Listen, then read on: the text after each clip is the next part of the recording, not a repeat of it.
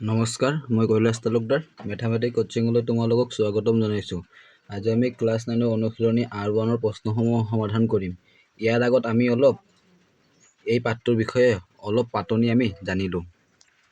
ইয়াতে আছে সংখ্যা প্ৰণালী। ইয়াতে বহুত সংখ্যা আছে। এই সংখ্যাবোৰৰ বিষয়ে এতিয়া আমি আলোচনা কৰিম। আমি এটা আলোচনা কৰিম স্বাভাৱিক সংখ্যা, ইয়াক এনেৰে লিখা হয়। পূৰ্ণ সংখ্যা, ইয়াক W ৰে লিখা হয়। তাৰ পিছত আছে অখণ্ড সংখ্যা, ইয়াক জেডেৰে লিখা হয়। তাৰ পিছত আছে পৰিমেয় সংখ্যা, ইয়াক কিউৰে সূচিত কৰা হয়। এই সংখ্যাবোৰৰ বিষয়ে আমি আলোচনা কৰিম। পাঠটোৰ নামটো হ'ল সংখ্যা প্ৰণালী। প্ৰথম অধ্যায়। ইয়াতে আমি বিভিন্ন ধৰণৰ সংখ্যাৰ বিষয়ে আলোচনা কৰিম। ইয়াতে আমি কেইটামান সংখ্যা লিখোঁ। প্ৰথম লিখোঁ স্বাভাৱিক সংখ্যা।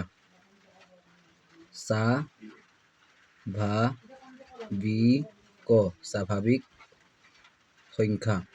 আটাইতকৈ সৰু স্বাভাৱিক সংখ্যাটো হ'ল 1। স্বাভাৱিক সংখ্যা 1ৰ পৰা আৰম্ভ হয়।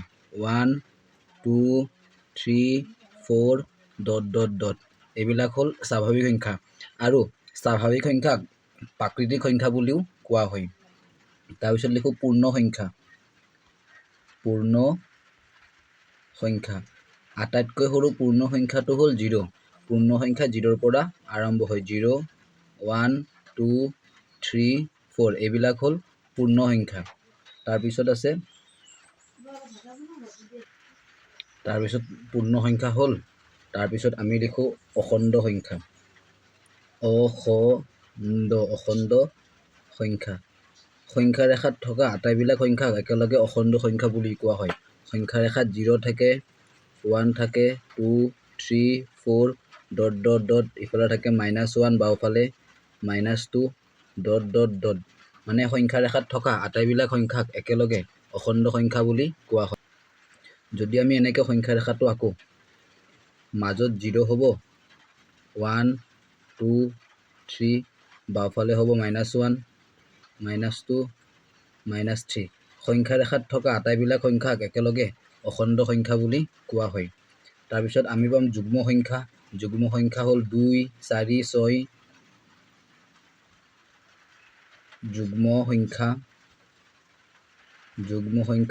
2 4 6 8 ... তাৰপিছত আমি পাম অযুগ্ম সংখ্যা।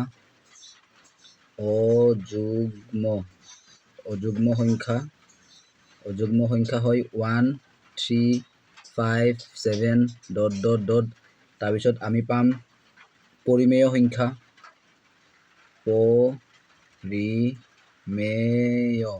পৰিমেয় সংখ্যা। এতিয়া পৰিমেয় সংখ্যা, যিবিলাক সংখ্যাক p/q আকাৰত লিখিব পাৰি তাকে পৰিমেয় সংখ্যা বোলে। যেনে 0টো এটা পৰিমেয় সংখ্যা হ'ব, 1 হ'ব, 2/3 হ'ব।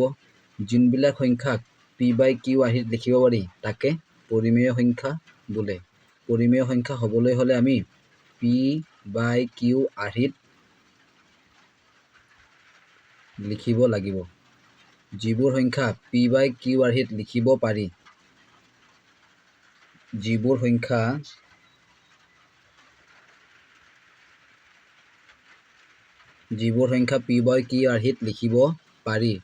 য'ত pq হ'ব অখণ্ড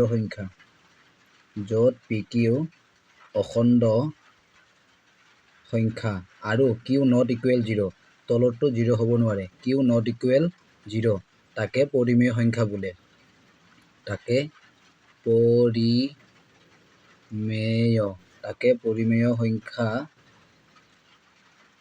বোলে।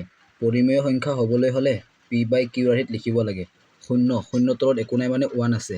সেইবাবে শূন্যটো পৰিমেয় সংখ্যা হ'ব, 1ও হ'ব, 2/3ও হ'ব। এতিয়া অনুশীলনী 1.1ৰ আমি 1 নম্বৰ প্ৰশ্নটো সমাধান কৰোঁ। শূন্যটো পৰিমেয় সংখ্যা হয়নে? ইয়াক p/q আৰ্হিত ইয়াত pq অখণ্ড সংখ্যা আৰু q ≠ 0 প্ৰকাশ কৰিব পাৰিনে? এতিয়া শূন্যটো পৰিমেয় সংখ্যা হয়নে? আমি লিখিম শূন্যটো পৰিমেয় সংখ্যা হয়, কাৰণ ইয়াক p/q আৰ্হিত প্ৰকাশ কৰিব পাৰি, য'ত pq অখণ্ড সংখ্যা আৰু q ≠ 0। সেইবাবে শূন্যটো পৰিমেয় সংখ্যা হয়। শূন্যটো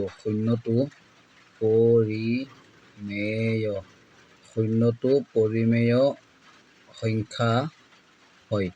আমি লিখিলোঁ শূন্যটো পৰিমেয় সংখ্যা হয়, কাৰণ ইয়াক P/Q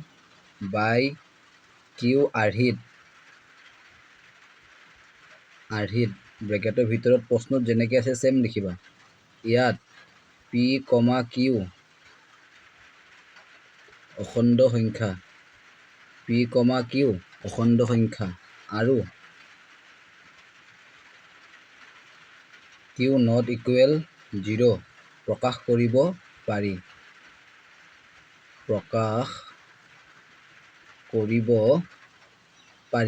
সেইবাবে শূন্যটো পৰিমেয় সংখ্যা হয়।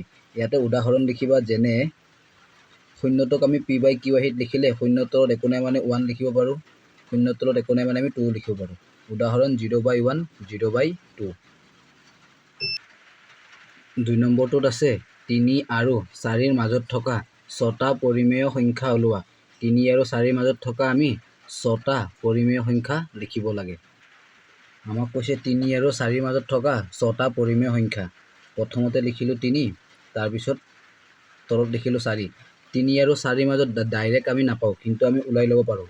3ৰ তলত একো নাই মানে 1 আছে, 4ৰ তলতো একো নাই মানে 1 আছে। সদায় 3 আৰু 4ৰ মাজত পৰিমেয় সংখ্যা ওলাবলৈ হ'লে যেতিয়া 3 আৰু 4ৰ মাজত ডাইৰেক্ট নাথাকিব, তলত এনেকৈ 1 1 দি ল'ব লাগে, একো নাই মানে 1 আছে। তাৰপিছত ইয়াতে আমি প্ৰথমতে পূৰণ কৰি হৰটো মিলাই ল'ব লাগে। যদি ইয়াতে আমি হৰ 10 পূৰণ কৰোঁ, 1 10 গুণ 10, ইয়াতেও হৰ 10 পূৰণ কৰিব লাগিব, 1 10 গুণ 10। সদায় হৰটো চেম হ'ব লাগিব। তলত যিহেতু 10 পূৰণ কৰিছোঁ, ওপৰতো আমি 10 পূৰণ কৰিম। ইয়াতো তলত যিহেতু আমি 10 পূৰণ কৰিছোঁ, ওপৰতো 10 পূৰণ কৰিম। 3 10 গুণ 30, ইয়াতে 4 10 গুণ 40। এতিয়া 30/10 আৰু 40/10ৰ মাজত আমি 6টা পৰিমেয় সংখ্যা লিখিলেই হ'ল। 30ৰ পিছত আছে 31/10, 32/10, 33, 34, 35, 36, 37, 38, 39, 40। তাৰে মাজত আমি লিখিলেই হ'ল। আমি লিখিম এতেকে 3 আৰু 4ৰ মাজত থকা 6টা পৰিমেয় সংখ্যা। 6টা পৰিমেয়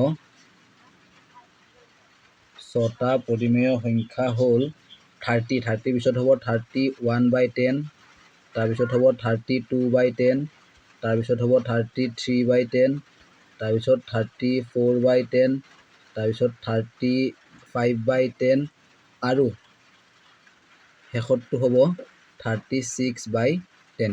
এনেকৈ আমি 6টা লিখিলেই হ'ল।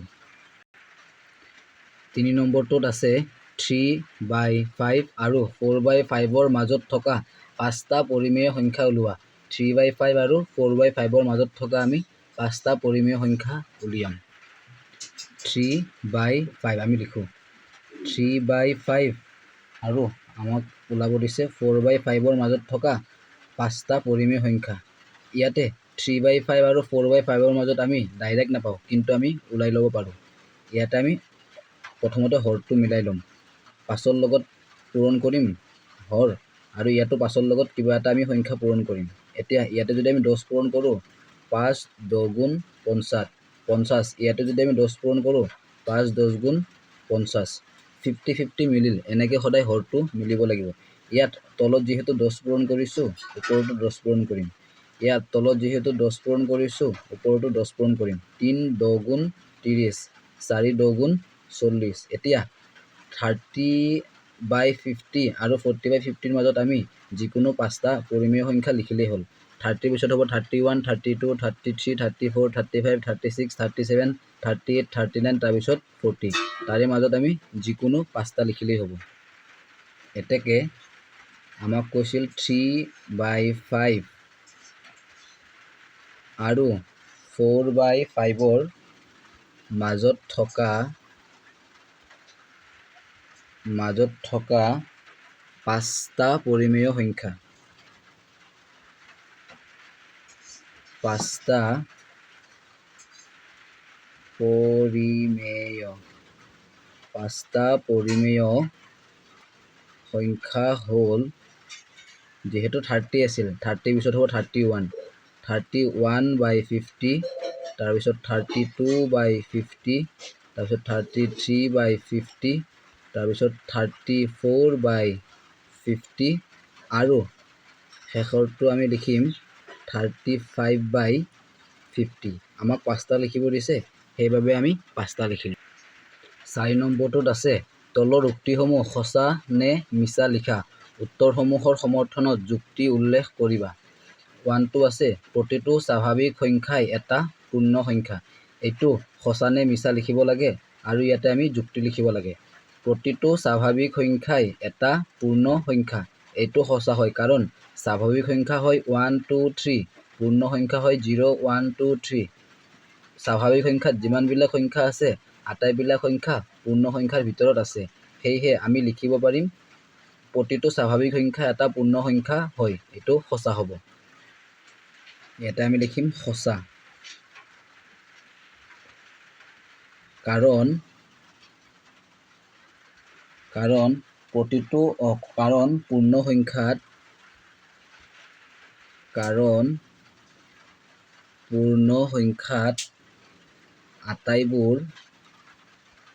পূৰ্ণ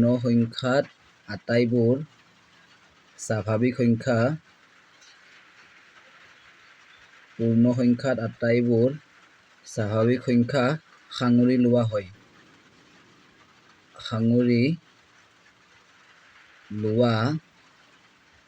হয়, কাৰণ পূৰ্ণ সংখ্যাৰ ভিতৰত আটাইবিলাক স্বাভাৱিক সংখ্যা সোমাই থাকে। সেইবাবে এইটো সঁচা হ'ব। 2 নম্বৰটোত আছে, প্ৰতিটো অখণ্ড সংখ্যাই এটা পূৰ্ণ সংখ্যা। অখণ্ড সংখ্যা মানে আমি জানো, অখণ্ড সংখ্যাৰ ভিতৰত 0 1 2 -1 -2 থাকে। অখণ্ড সংখ্যাৰ ভিতৰত ঋণাত্মক সংখ্যা থাকে, কিন্তু পূৰ্ণ সংখ্যা 0ৰ পৰা আৰম্ভ হয়। পূৰ্ণ সংখ্যা হয় 0 1 2 3। যিহেতু অখণ্ড সংখ্যাৰ ভিতৰত ঋণাত্মক সংখ্যা থাকে, সেয়েহে প্ৰতিটো অখণ্ড সংখ্যা পূৰ্ণ সংখ্যা নহয়। এইটো আমি লিখিম মিছা। এইটো হ'ব মিছা। আমি কাৰণ লিখিম, কাৰণ পূৰ্ণ সংখ্যাত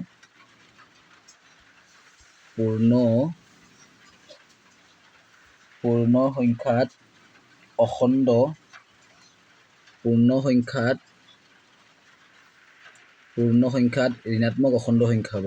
পূৰ্ণ সংখ্যাত ঋণাত্মক অখণ্ড সংখ্যা সাঙুৰি লোৱা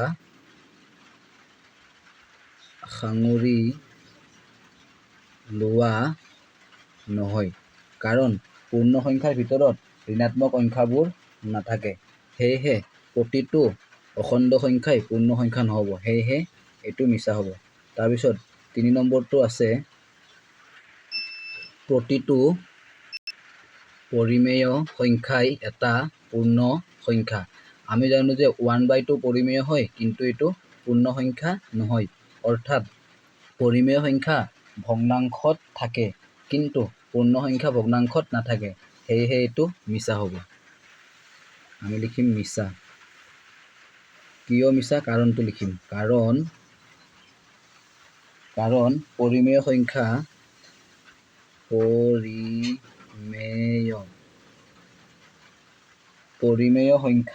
ভগ্নাংশ হ'ব পাৰে।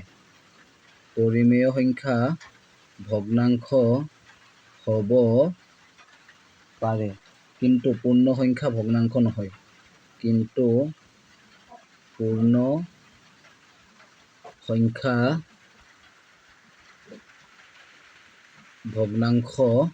নহয়। সেইবাবে এইটো মিছা হ'ব।